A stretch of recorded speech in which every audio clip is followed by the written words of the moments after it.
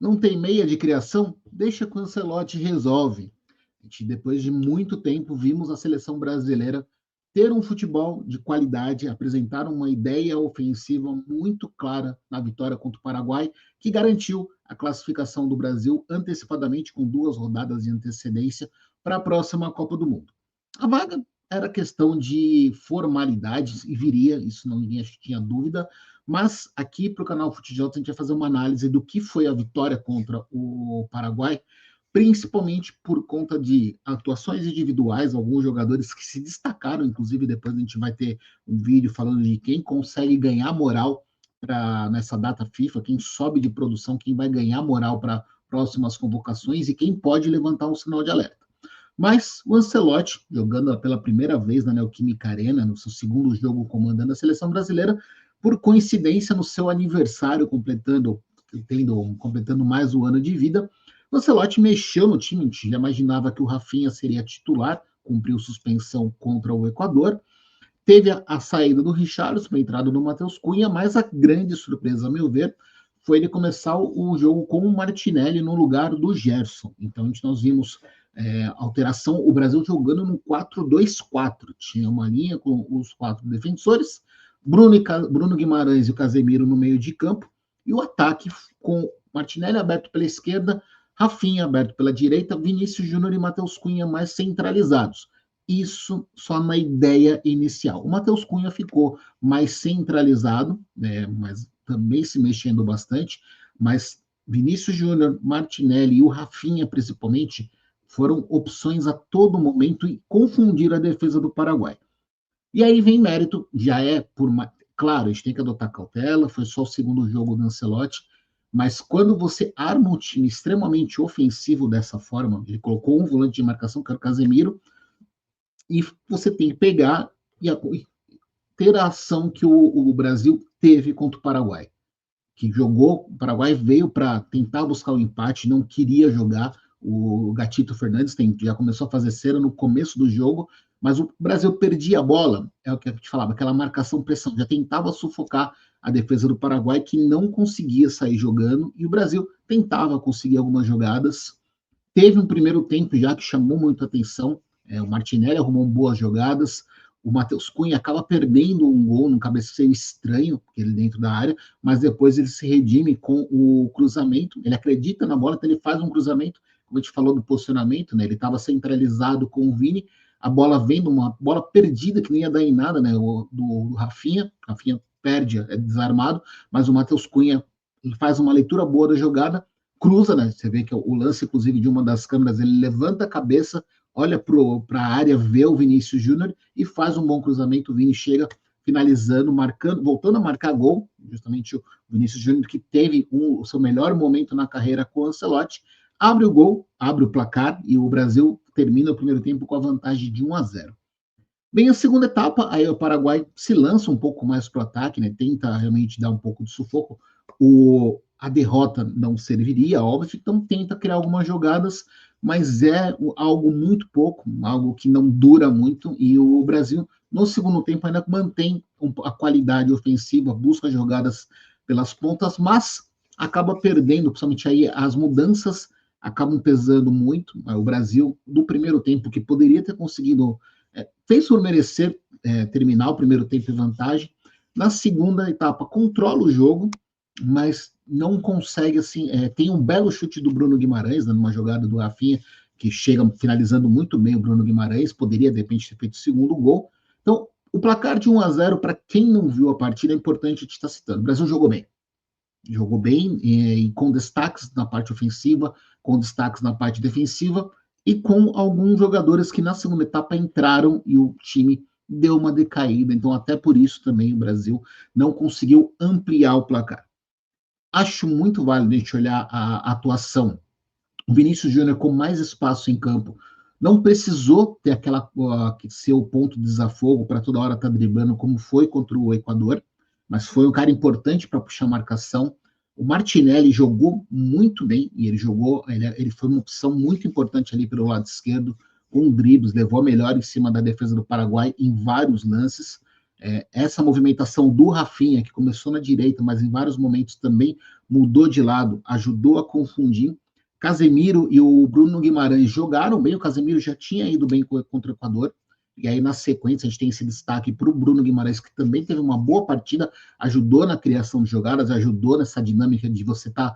Chegou um momento que eram 21 jogadores na defesa do Paraguai, só o Alisson ali na intermediária, e aí você tinha os zagueiros criando, mas o Bruno Guimarães e o Casemiro tendo que ajudar a fazer aquela troca de passe para tentar achar o espaço na defesa, e aí foi importante você ter dribladores no elenco, né? A gente está falando do Martinelli, o Rafinha, que ajudaram realmente, isso foi muito importante para superar a defesa do Paraguai, que não perdia 9 jogos, então é um lado importante. E a defesa que ficou mais exposta, né? Teve alguns momentos de contra-ataque, porque a gente está falando de um time que jogou 4 atacantes, um volante de marcação, Casemiro, e um outro um meia de ligação, um segundo, um terceiro homem de meio de campo, né? Segundo volante, o terceiro, que é o Bruno Guimarães. Então, no momento que perdia a bola, acabava sobrando, né? Para tentar segurar. E o Alexandre, né? Alex do Lille, mais uma grande partida, fez uma ótima dupla de novo com o Marquinhos, foi outro destaque. E eu gostei, inclusive, também dos laterais. O Wanderson acabou aparecendo bastante pelo lado direito, foi uma opção frequente. O Alexandre nem tanto, acredito também por conta do Martinelli, que ficou jogando muito mais aberto pela esquerda, então não tinha tanto espaço para o Alexandre, lateral do Flamengo, subir para poder ser uma opção ali nas bolas cruzadas, então ele acabou meio que sendo uma opção mais no meio de campo para tentar dar troca de passes, não subiu tanto para o ataque. O lado, assim, acho que ele pode citar um lado negativo para falar da partida, acho que o Richarlison, que acabou entrando no segundo tempo no lugar do Matheus Cunha, entrou muito abaixo. O Gerson também, para mim, acho que eu não gostei. Acho que também entrou e não conseguiu manter o ritmo de jogo. Então, isso acabou prejudicando um pouco a seleção brasileira, no sentido de ter ampliado o placar, de ter feito uma vitória ainda mais tranquila.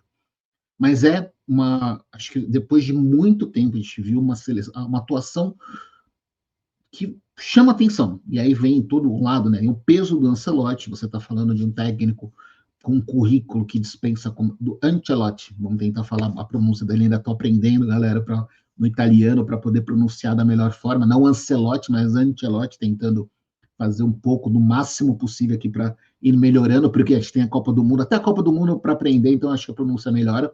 Mas nitidamente, foram algumas ideias dele já no segundo jogo, muito claras. Então, por que eu te abri o vídeo falando isso? Né? O Brasil não tem hoje a escassez de um camisa 10, um cara para criar jogadas, que o Brasil já teve em várias ocasiões, faz falta.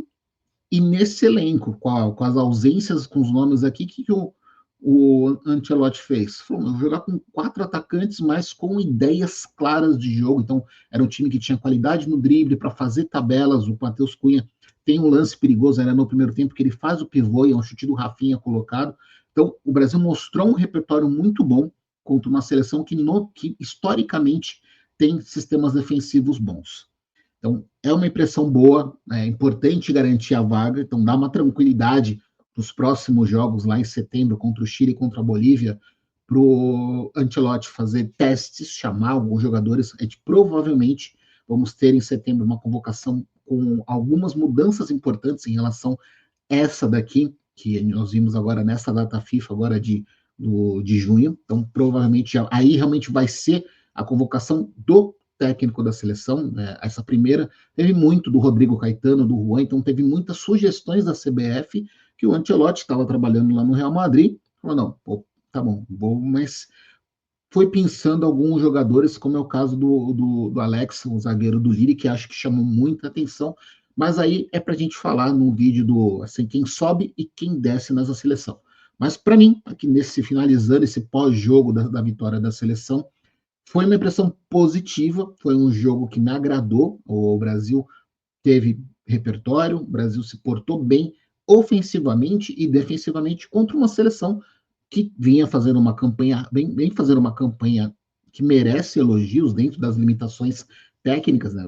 O Paraguai não tem uma safra de jogadores tão talentosos quanto o Brasil tem, mas vinha de bons resultados, ganhou do Brasil no jogo de ida lá no Paraguai. Então, era um jogo complicado, inclusive o Brasil foi fazer o gol da vitória no finalzinho do primeiro tempo, então mostrou realmente que vê essa dificuldade, mas consegue os 3 pontos, assume temporariamente a terceira colocação. Deixa eu aproveitar, inclusive, está acontecendo aqui Peru e Equador, e deixa eu ver como é que está, só porque dependendo, se o Peru vencer o Equador, o Brasil inclusive termina.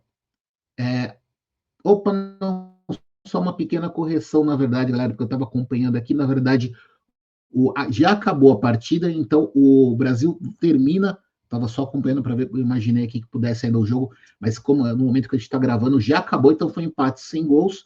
O Brasil termina a data FIFA na terceira posição com 25 pontos, mesma pontuação do Equador, mas atrás no saldo de gols. Então o Brasil se classifica, já está com a vaga carimbada, e agora 2 jogos que podem servir para o Ancelotti preparar o time, trazer algumas ideias novas e deixar ainda mais ajustado para a disputa da Copa do Mundo, que é o mais importante. Então é isso, galera. Pós-jogo de Brasil 1, Paraguai 0, chegando ao final. Abraços.